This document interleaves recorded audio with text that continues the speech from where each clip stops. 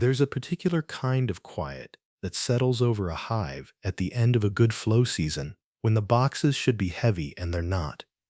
Not the quiet of a sick colony, not the quiet of a failing queen, just empty frames where the honey ought to be.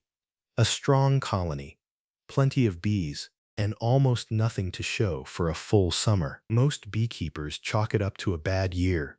Dry spell, maybe. Late frost. Something outside their control, and sometimes that's true. But sometimes, more often than most people realize, the bees were ready and the beekeeper wasn't, or the beekeeper was ready and the bees weren't. And that gap, that small misalignment between the colony's internal clock and the bloom calendar outside, is the whole story. There's a 3-week window. Most beekeepers catch the middle of it or miss it entirely. The men running mule wagons up through the Carolina mountains in 1923 didn't miss it, and they never owned a thermometer or a scale. If you've managed hives for a few seasons and walked away from a flow year wondering where the honey went, stay with this. That question has an answer. It just takes a little time to get there. If this kind of content is useful to you, consider subscribing. No obligation. But there's more of this coming, and it tends to build on itself. The migratory beekeepers of the 1910s and 1920s operated in a world with almost no infrastructure to support what they were doing. No refrigerated trucks, no paved mountain roads in half the territory they covered, no chemical treatments, no foundation sheets mass-produced and shipped to their door. What they had was time, observation, and an almost uncomfortable familiarity with how colonies actually behave over a full season. They ran routes.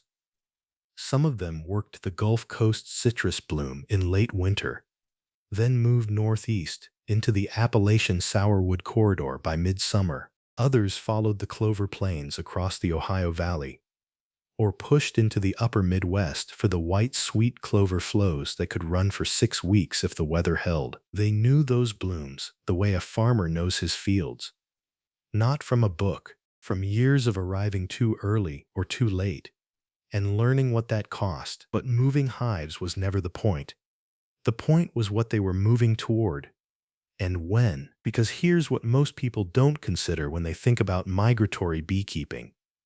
The bloom doesn't care what state the colony is in. A sourwood ridge in full flower for 3 weeks in July doesn't adjust its timing because your colony spent June in brood expansion. The nectar is available for a fixed window, and the colony either has the workforce to collect it, process it, and store it, or it doesn't. The bloom comes and goes regardless. What those men understood, not in biological terms, but in practical ones, is that a colony moves through internal phases across a season. And the phase the colony is in during a flow determines almost everything about what that flow produces. The brood cycle runs on a fixed schedule. Worker brood takes 21 days from egg to emergence.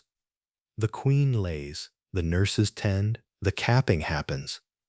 The adult bee emerges. That timing doesn't flex based on what's blooming outside. And when a colony is deep in brood expansion, when the queen is at or near peak laying rate, when the nurse bee population is at its highest relative to foragers, the colony is consuming resources faster than it's storing them. Brood rearing is expensive. Temperature regulation of a wide brood nest requires a significant portion of the colony's energy. Feeding larvae requires the conversion of incoming nectar and pollen at a rate that competes directly with honey storage. Most colonies never actually peak during a flow. They peak after it. That's worth sitting with for a moment, because it runs against the instinct of most beekeepers, which is to go into a flow with the biggest, most populous colony possible. Maximum bees, maximum production. It makes intuitive sense. But the biology doesn't always cooperate with that logic. What matters is not total population. What matters is the ratio, the proportion of the colony that is foraging relative to the proportion that is nursing. A colony with 100,000 bees, half of them nurses working a wide brood nest, may produce significantly less surplus honey during a 3-week flow than a colony with 60,000 bees in which forager emergence has already peaked and the brood nest is beginning to contract. The smaller colony, in the right phase, is actually better positioned to exploit that window. The old-timers didn't have population counts. They didn't know the precise ratio of nurse to forager. What they had was the ability to read a hive by feel, how the bees clustered on the landing board, how the sound changed when they pulled a frame, what the brood arc looked like relative to the empty comb above it, how the colony moved. They were reading the colony's internal state. They just didn't have the vocabulary to describe what they were actually measuring. The Appalachian sourwood run is one of the most instructive examples. Sourwood blooms at high elevation for a defined window, sometimes as short as 18 days in a dry year. The nectar is unlike almost anything else a bee can bring in. Distinctive flavor, high sugar concentration, and it granulates slowly, which made it valuable. Beekeepers who worked that corridor knew that showing up during peak bloom with a colony that was still in heavy brood expansion was the same as not showing up at all. They'd get some honey, not enough to matter. The ones who consistently produced, who filled supers on sourwood year after year, were doing something specific in the weeks before they moved. They were managing the colony's internal timeline.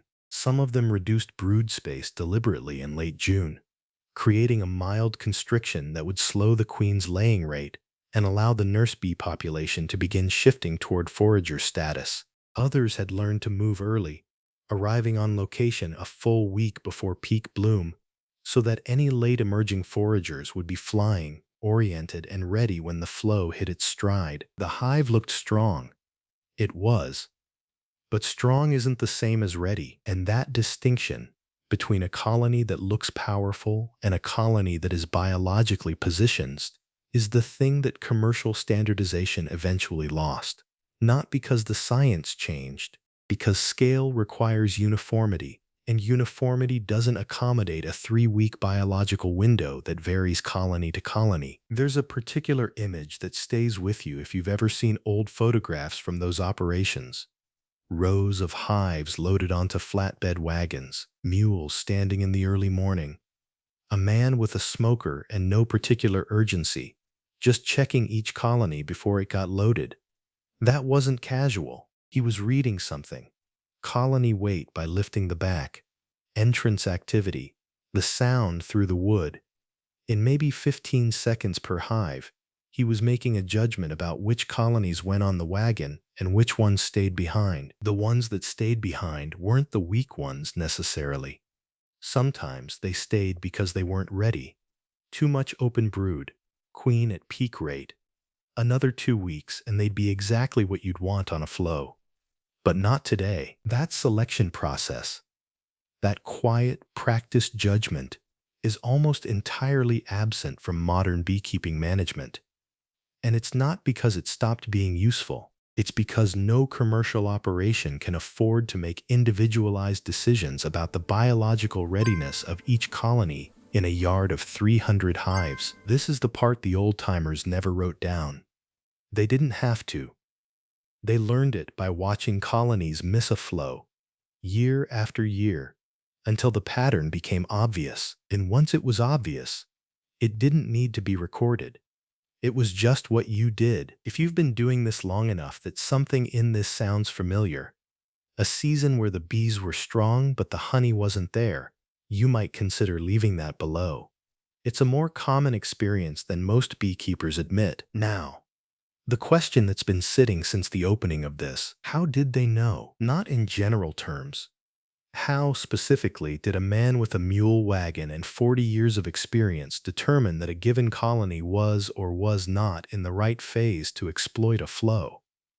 What was he actually reading? The answer had nothing to do with where they were.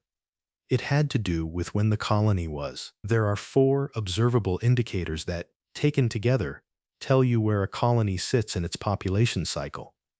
The old migratory beekeepers read all 4, though they would have named them differently, or not named them at all. The first is the brood arc. A colony in peak expansion has a wide, full brood arc, the queen laying nearly to the outer frames, open brood in multiple stages, heavy pollen storage adjacent to the brood. The colony beginning the shift toward forager dominance has a contracting arc. The brood area is still solid but narrowing. The queen is laying, but into a tightening space. That contraction is not a problem. It's a signal. The second is the comb above the brood. In a colony pushing toward forager phase, you begin to see light nectar storage moving into cells directly above the brood arc. Not capped, not processed, but moving in. The field bees are working. The processing is beginning. The house bees have capacity to cure it because nurse duties are beginning to ease. The third is the entrance. Forager traffic has a specific quality when a colony is in the right phase during a flow. Consistent, purposeful return flights with full corbiculae. Bees moving without hesitation. A colony heavy in nurse bees shows less field traffic relative to its population. You can hear the difference before you see it. The fourth, and this is the one most people have stopped paying attention to, is weight gain rate, not total weight.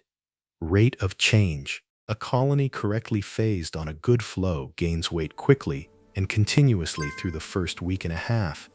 Then rate begins to slow as cells cap and honey density increases. A colony in the wrong phase gains weight in the first few days and then plateaus, the incoming nectar being diverted into brood production and consumption rather than storage. Those four readings taken together tell you more about a colony's productive potential during a specific flow than any population estimate or frame count. The migratory beekeepers of the 1920s were running all four without naming them.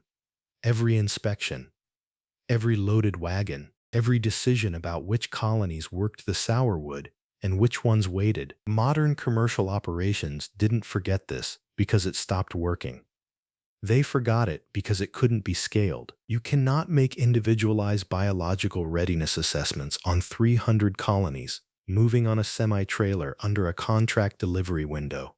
The economics of commercial pollination and large-scale honey production require a different logic: calendar-based, location-based, standardized. That logic produces results. It just doesn't produce the results those old operations achieved on their best years when the timing was right and the colony was ready and the flow was generous. For a beekeeper managing a few dozen colonies, or even a few hundred, that individual assessment is still possible.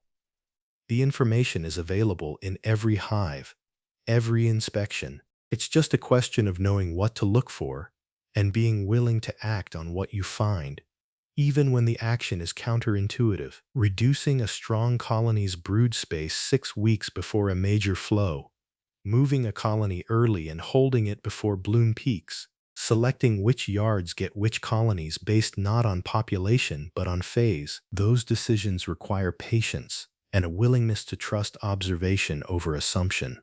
The men who ran those wagon routes had both, mostly because they'd learned what a mist flow costs, not in abstract terms, in empty supers and a long drive home. What's worth carrying from all of this is something simple.